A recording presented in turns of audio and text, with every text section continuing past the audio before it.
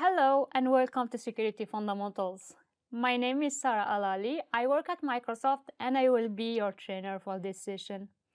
I have a PhD in computer science and over 10 years experience in teaching, training, and in conducting research. And I have a passion, guess for what? It's for technology, and I love to learn new things. Security and compliance are essential aspects of any organization that deals with data and information. Security refers to the protection of data and systems from unauthorized access, use, modification, or destruction, while compliance refers to the adherence to laws, regulation, standards, and policies that govern how data and information are handled. This course covers 6 different sessions. You are encouraged to watch one or more sessions. Sessions in the course include Session 1 with a general understanding of concept of security, compliance, and identity. In Session 2, we look at the capabilities of Microsoft Intra. And in Session 3, 4, and 5, we deep dive on the capabilities of Microsoft Security Solutions.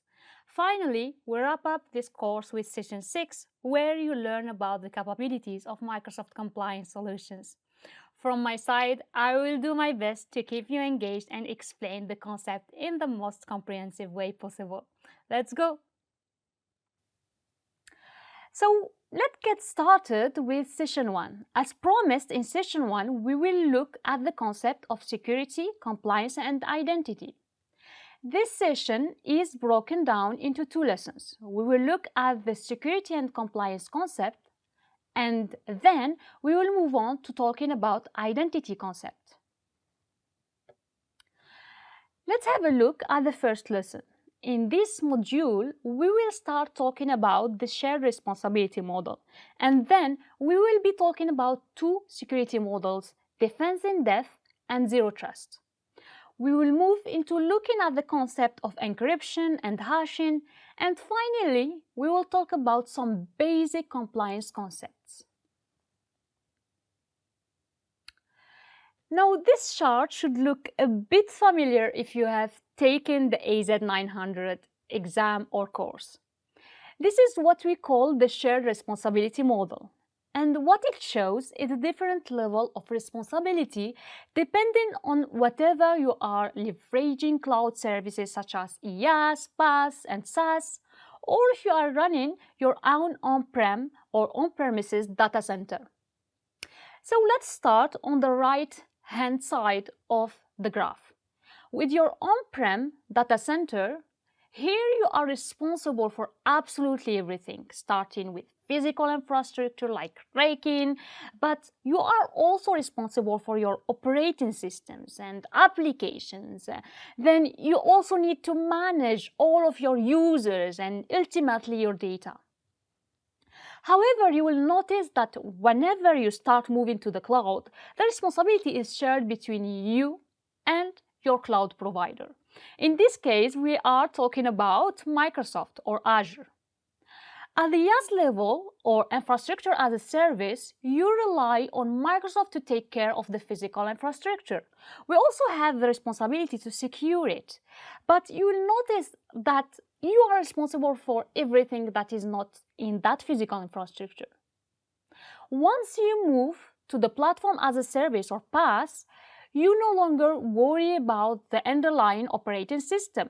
Microsoft will secure the operating system and take care of some other controls such as network and application, but you still need to do your part of the job. This includes establishing the security of your application and managing who has access to your data.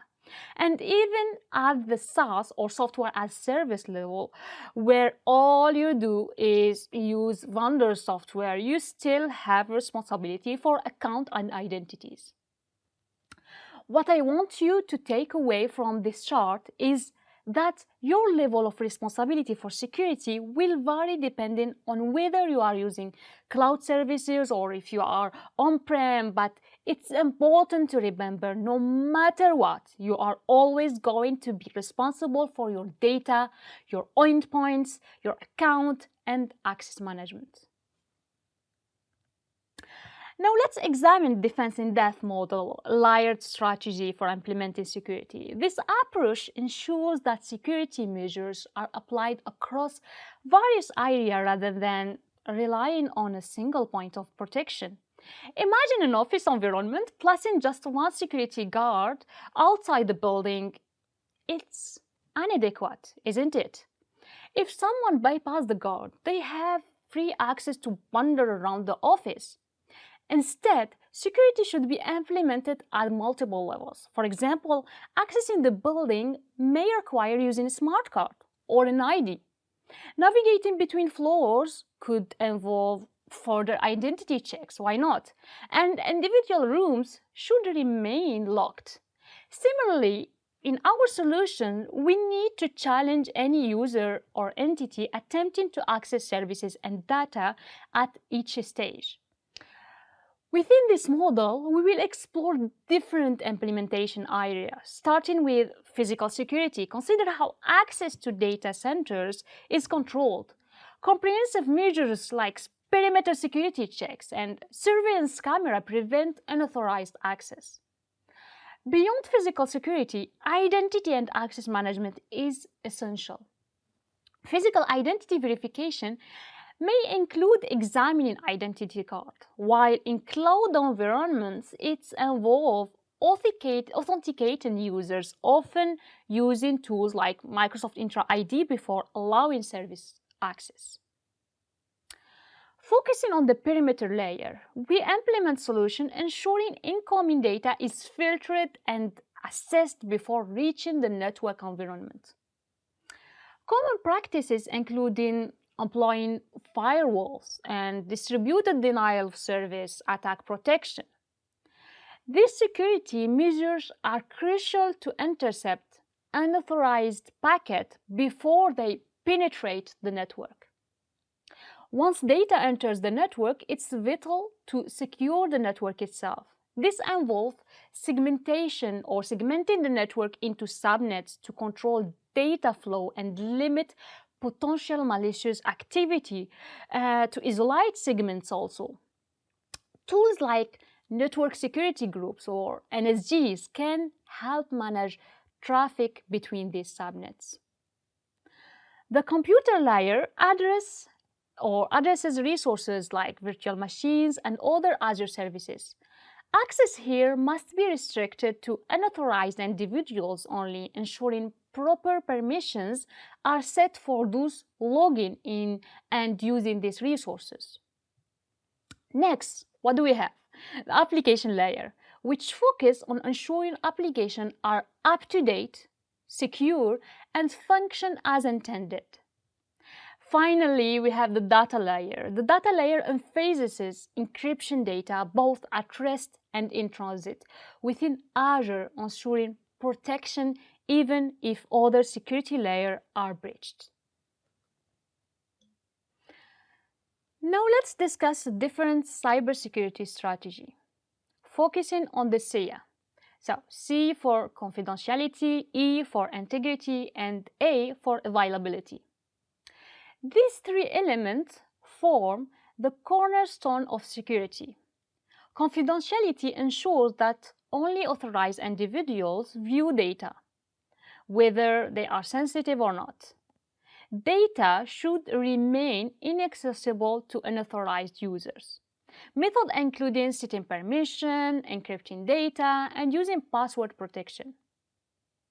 Also, integrity involves ensuring data remain unaltered and reliable both during storage and transmission. While availability means data should be accessible to those who need it when they need it. We need to mitigate attacks that deny access to important files or services by maintaining their availability. Now let's start talking about zero trust model. In today's world, technology is rapidly advancing, allowing attackers to occasionally outsmart our traditional access and management systems. Our goal is to develop a concept that can safeguard services effectively ensuring their security despite new implementations and changes in the environment. For this reason, we look at a model that is called Zero Trust model, which simply implies one principle, which is trust no one and verify everything. This simply means that assume everything is kept as unprotected and in open network environments. And you need to ensure that you can verify and test everything that's happening within the environment. You can do this by looking at the Zero Trust guiding principle. Let's start with verify explicitly. We want to ensure that everything that has been used in the network environment or in your service can be verified and challenged at different stages to ensure that it is approved. We need to implement least privilege access for users and services in your environment. For example, if someone needs extra ability to perform a task, don't give them full administrative access. Provide just enough access so they can log in and complete their requirement task. This is where concepts like just enough access and just in time access come in action. If I need to create something, I may just request a temporary elevated rights.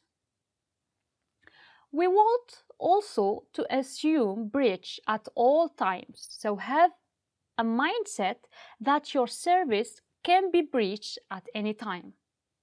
For that reason, always analyze data and network traffic that you have within your environment just to make sure and to ensure that you are in control of everything that's happening. Now, this approach should be extended to your entire digital state. And it's not just used as a philosophy, but also implemented as an end-to-end solution. And you can do this by using the 6 foundational pillars that we have in the Zero Trust model.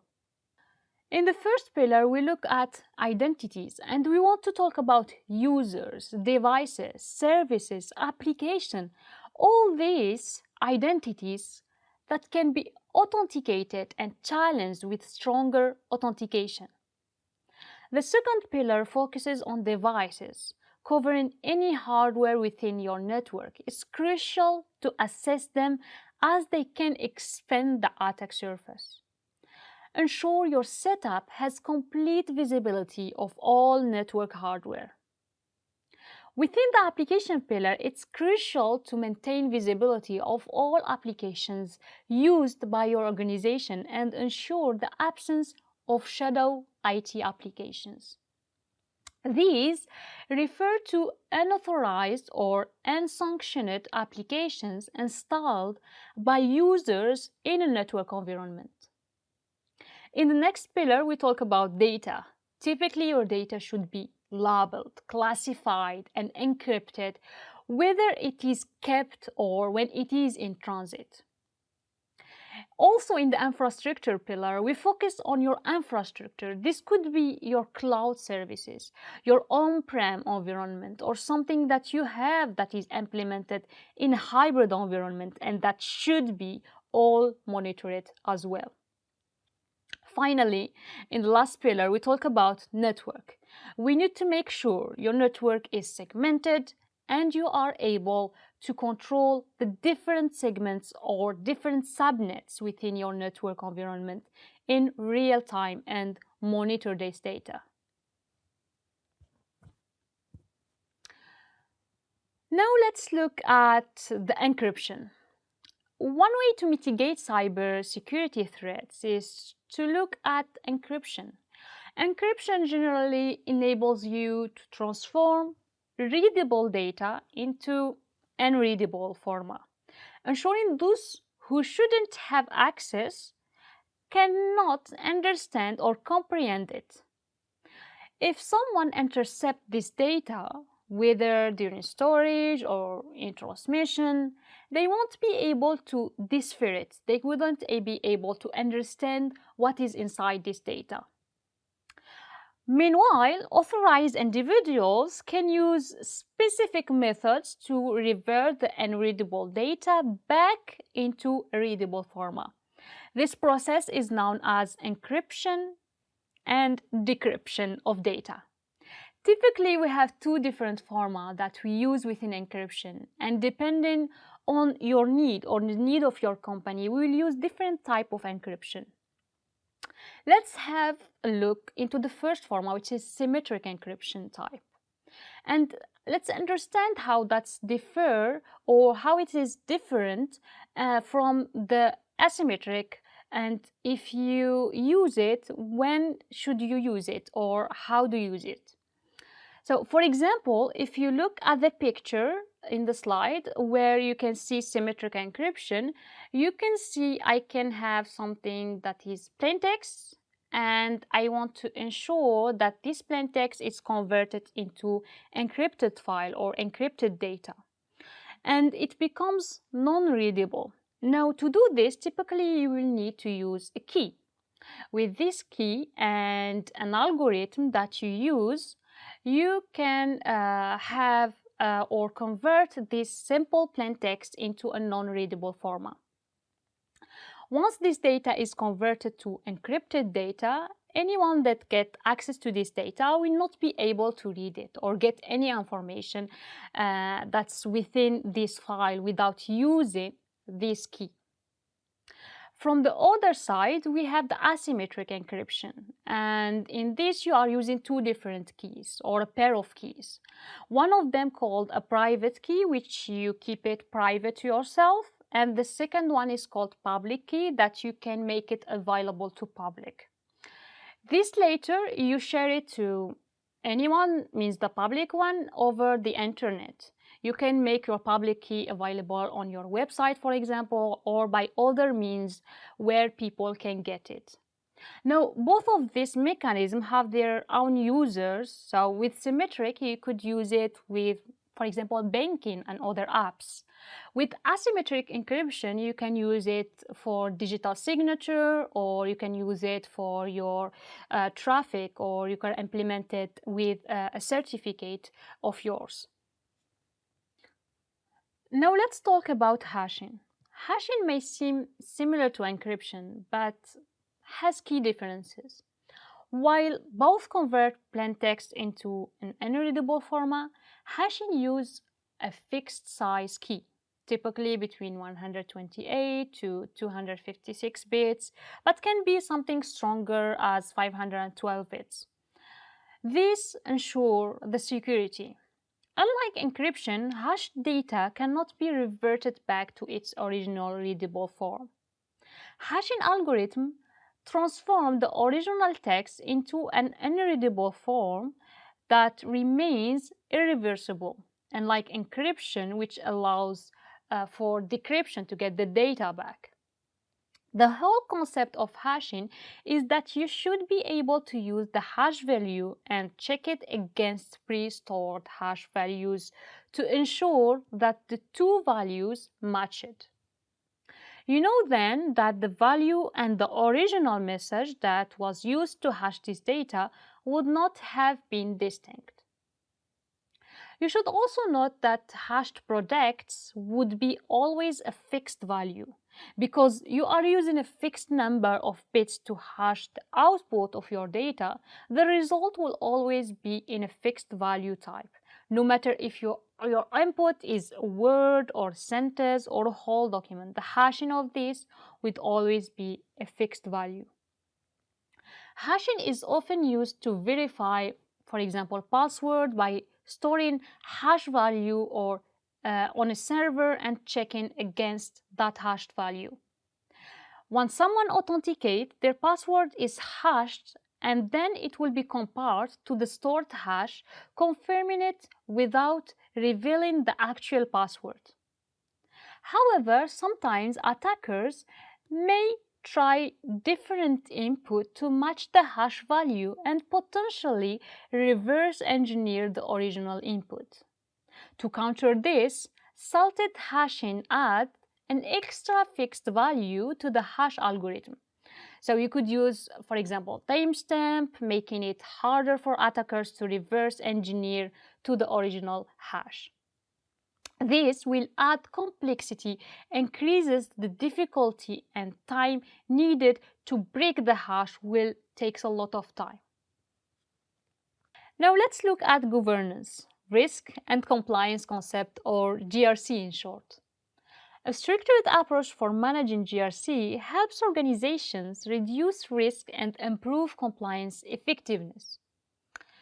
An important prerequisite to establishing GRC competency is understanding the key terms. First, governance. Governance is the system of rules, practices, and processes an organization uses to direct and control its activity. Many governance activity arise from external standards, obligations, and expectations. For example, organizations establish rules and processes that define the who, what, where, and when users and applications can access corporate resources and who has administrative privileges and for how long. Second, we have risk. Risk management is the process of identifying, assessing, and responding to threats or events that can impact company or customer objectives. Organizations face risk from both external and internal sources. External risks can come from political, economic forces, weather-related events, pandemics, and security breaches, just to name few of them. Internal risks are risks that come from within the organization itself. Examples include leaks of sensitive data or intellectual property theft, fraud, insider trading, or so on. Finally, we have compliance. Compliance refers to the country, region, state, or federal laws, or even multinational regulation that an organization must follow. These regulations define what type of data must be protected and what processes are required under the legislation and what penalties are issued to organizations that fail to comply. It's important to note that compliance is not the same as security, but security should be considered when building a compliance plan, as effective security is frequently a compliance requirement. Compliance requirements only that the legally mandatory minimum standards are met, whereas data security covers all the process.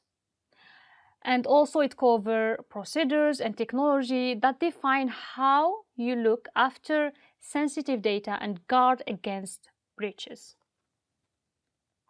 All right, let's start with lesson 2. In this lesson, we'll talk about concept of identity and start talking about some of the terminologies like authentication, authorization, and we'll look at identity as a security perimeter, discussing what identity services or identity-related services are. Let's make a start to one of the first concepts, which is authentication and authorization. Surely the two terms are very simple to understand and commonly used, and typically when you talk about authentication and authorization, people generally know what you are talking about. But it's important to make sure you can differentiate between the two of them. Authentication, also known as auth-in, is simply a process of somebody authenticating on who they say they are. So if you are trying to log into a service, that service should be able to identify who you are before they can let you in. Once you authenticate yourself, you may be guaranteed access now. And this is where the second part starts, which is authorization. Authorization, also sometimes referred as auth-z, simply we use it like that. And this allows you a level of access that should be permitted for you.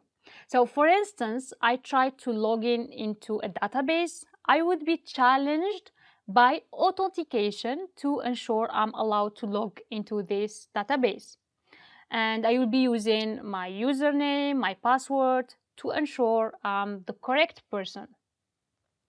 Once I logged in, I may then be authorized to only look at part of the database and maybe just to be able to read some information that's on the database and not amend anything on that database.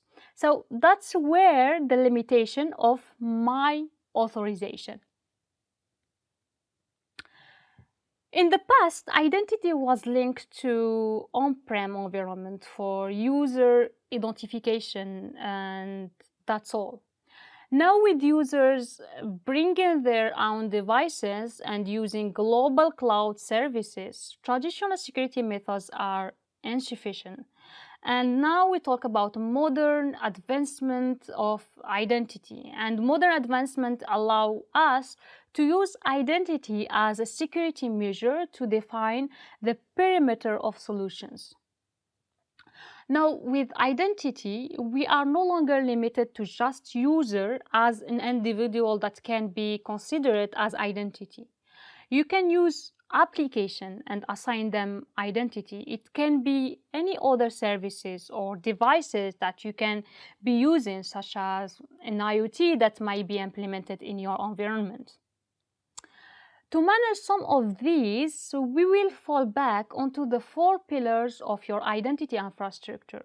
So we discussed or we talked already about authentication and authorization on the previous slide, which simply ensure that you know who someone is when they are trying to log in.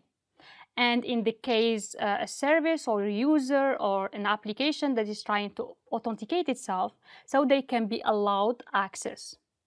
Authorization would be what level of access are they granted or allowed when they carry on working and using the service. So besides these two, there are 2 more areas to understand. One is auditing, and this is crucial for company to grasp various identity data, who logged in, when, why, and what changes were made. Being able to audit effectively is essential for securing your environment. With this, we want to talk also, and we have also an important aspect which is called administration.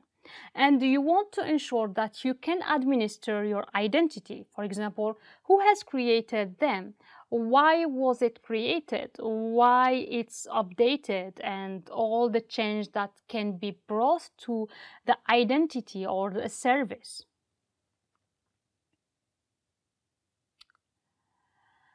Let's talk a little bit about modern authentication. Modern authentication is an umbrella term for authentication and authorization methods between a client, such as your laptop or phone, and a server like a website or application. At the center of modern authentication is the role of identity provider. An identity provider creates, maintains, and manages identity information while offering authentication, authorization, and auditing services. With modern authentication, all services, including all authentication services, are supplied by a central identity provider. Information that's used to authenticate the user with the server is stored and managed centrally by the identity provider. So, with a central identity provider, organizations can establish authentication and authorization policies, can monitor user behavior, can identify suspicious activity, and reduce malicious attacks. Another fundamental capabilities of an identity provider and modern authentication is the support for single sign-on, SSO. So with SSO, the user logs in once and that credential is used to access multiple applications or resources. When you set up SSO between multiple identity providers, it's called federation. We will talk about the concept of federation later on. Now, let's focus in on identity, and we have Microsoft Intra ID, which is a very good example of cloud identity provider services that we have at Microsoft. In the context of computer network, a directory is a hierarchical structure that stores information about objects on the network. A directory service stores directory data and makes it available to network users, administrators, services, and applications. Now, Active Directory is a set of directory services developed by Microsoft as part of Windows 2000 for on-prem domain-based networks. The best-known service of this kind is Active Directory Domain Service. It stores information about members of the domain, including devices and users, verifies their credentials, and defines their access rights. A server running ADDS or Active Directory Domain Service is a domain controller. IDDS is a central component in organizations with on-prem IT infrastructure. ADDS gives organizations the ability to manage multiple on-prem infrastructure components and systems using a single identity per user. IDDS doesn't, however, natively support mobile devices, SaaS applications, or line of business apps that require modern authentication methods.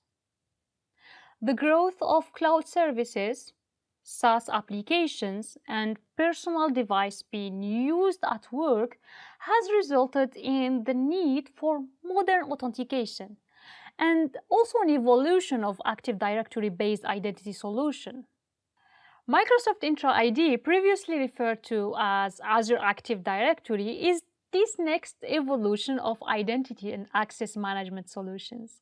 It provides organizations with an identity as a service, a DaaS solution for all their apps across cloud and on-prem environment. In this class, we will focus on Microsoft Intra ID, a solution within the Microsoft Intra family of products. Microsoft Cloud-based identity provider. Now here's the federation. So let's talk about the concept of federation services. Now, what happens if you are trying to access services that are not just limited to your environment and you want to access this service from other environments?